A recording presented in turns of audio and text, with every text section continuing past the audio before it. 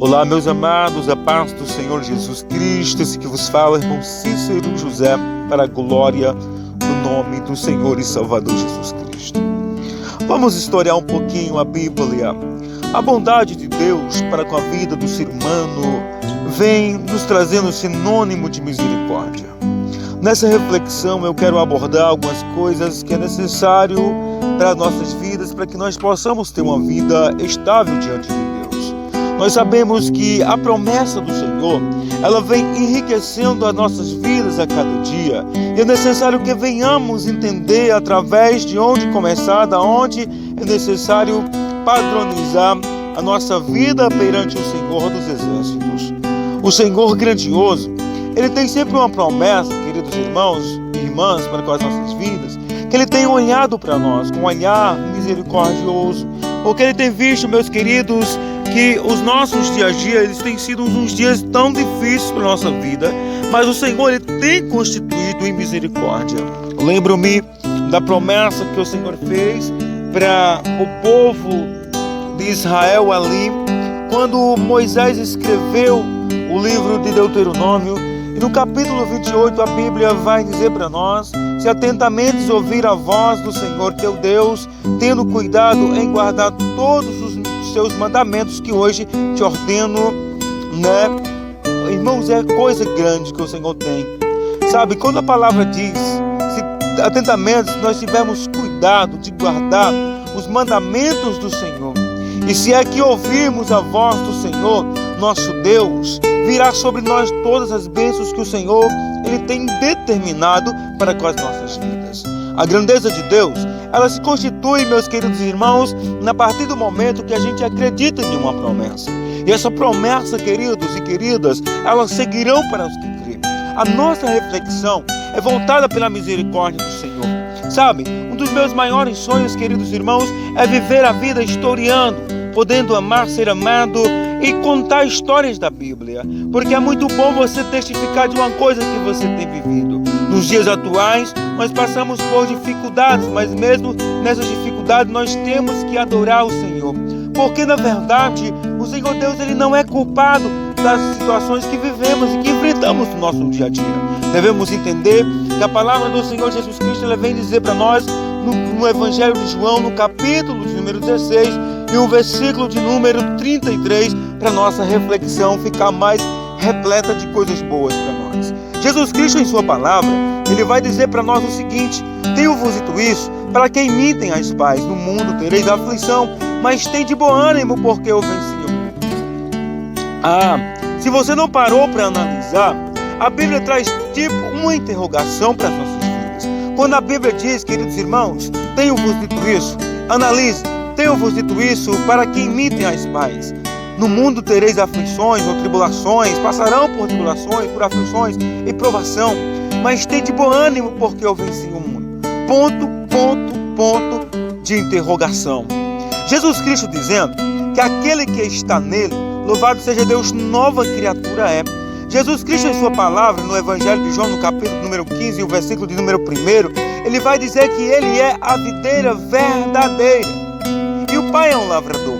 Nós vamos ver que quem está conectado no Senhor é privilegiado das bênçãos do Senhor Deus. A promessa do Senhor, todavia, ela vai se cumprir em nossas vidas a todos os momentos, quando nós acreditamos nessa promessa. Queridos, muitas vezes nós somos sensíveis à voz do Senhor e ouvimos a voz de Deus e choramos. Às vezes se emocionamos por acontecimentos que a gente vê no nosso dia a dia. Às vezes nós se tocamos naquele momento e muitas vezes esquecemos que tudo continua novamente da mesma forma que é. Outrora nós vamos ver que a Bíblia vai relatar que o Senhor, quando Ele criou o homem, Ele fez o homem com o intuito que o homem viesse adorar. A Bíblia vai dizer que Deus, Ele teve tanto cuidado do homem que Ele colocou o homem sobre o jardim. Mas só que, ponto de interrogação, o Senhor viu que o homem, ele não poderia estar só, não era bom que o homem estivesse só. E o Senhor disse: falei para ele uma adjuntora, ou seja, falei para ele uma mulher, e colocarei do lado dele sobre o jardim, para que eles venham, ser um só carne. E através disso o Senhor Deus, Ele fez com que o homem dormisse um sono bem profundo. E do homem o Senhor Deus tirou a mulher. nós vamos ver que a Bíblia vai relatar, quando Paulo escreveu algo interessante, que ele disse que o homem ele foi feito imagem e semelhança do Deus vivo, mas só que a mulher é a glória do homem. Você já parou para imaginar? Paulo escrevendo, ele fala a respeito disso. Eu não tenho uma referência para você agora, porque foge na memória, não tem como depositar tudo isso. Mas a Bíblia vai relatar que o homem ele foi feito em imagem e semelhança de Deus. A mulher é a glória do homem. E por sua vez, ela tem o privilégio, de viver ao lado de um homem, de um grande homem, e se gera uma grande mulher. Nós devemos saber que é necessário o homem e a mulher se respeitar. Mas estamos falando um pouco da grandeza de Deus. A misericórdia do Senhor, ela se constitui quando nós acreditamos no impossível. O Senhor, todavia, Ele tem confiado a você o ministério. Ele tem liberado dons espirituais para a tua vida. Ele tem te dado a possibilidade de profetizar. Ele tem te dado também a possibilidade de você entender o propósito de Deus na sua vida. Eu não sei o que você vai achar dessa reflexão, mas para mim ela tem um aprendizado enorme e eu preciso cada dia aprender do meu Senhor. Muitas vezes o meu contato com Deus é um pouco diferenciado. Muitas vezes quando eu vejo a necessidade de conversar com Deus, eu vou para um lugarzinho bem reservado e lá eu converso com Deus. Às vezes me sento no chão, às vezes coloco o joelho sobre o pó e ali eu começo a conversar com o Senhor. Eu consigo ouvir a voz de Deus. E muitas vezes a emoção é grande, eu começo a chorar. Choro mesmo. Não é feio o homem chorar, mas é muito bom a gente ter alguém para desabafar. Alguém que não vai nos criticar, muitas vezes nos corrigir quando nós estivermos errados. Esse Pai amoroso, Ele cuida de você poderosamente. Pois o Senhor diz que se Ele não guardar a casa, ou seja, se Ele não edificar a casa, em vão trabalha aqueles que edificam. Se o Senhor não guardar a cidade, em vão trabalha o sentinela. Nós vamos ver, queridos irmãos, que nós se enquadramos em algumas coisas que a Bíblia nos diz.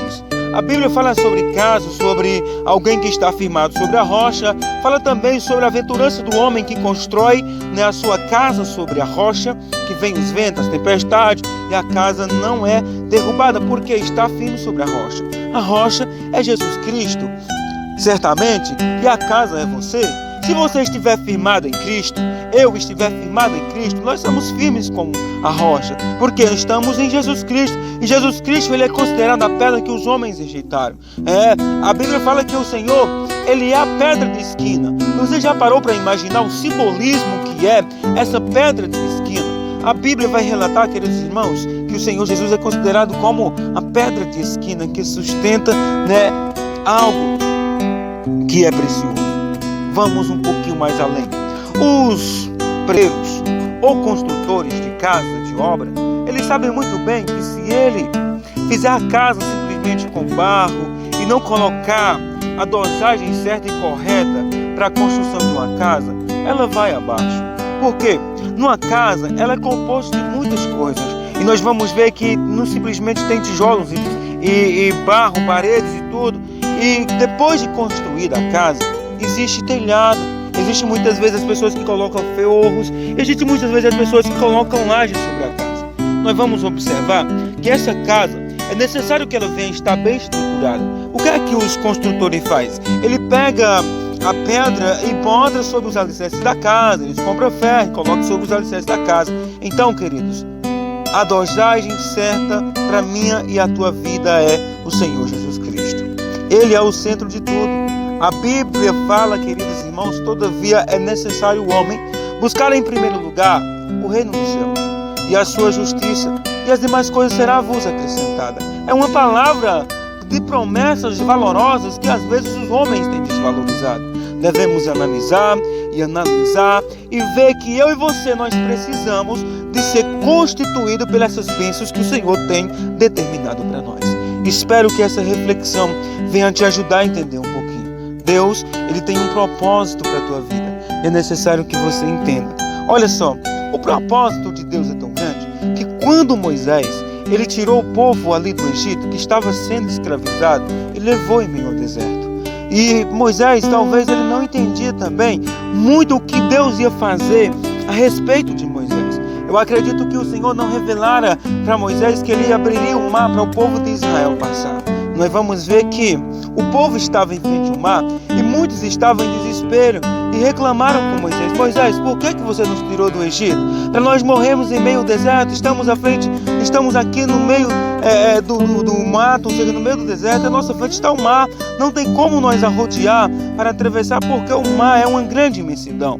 Nós vamos ver que o povo reclama com Moisés e nós vamos ver o que é que o Senhor Deus diz. Moisés talvez já estava um pouco, meus queridos irmãos, zangado, mas ele foi um dos homens mais pacientes que houve na história da humanidade.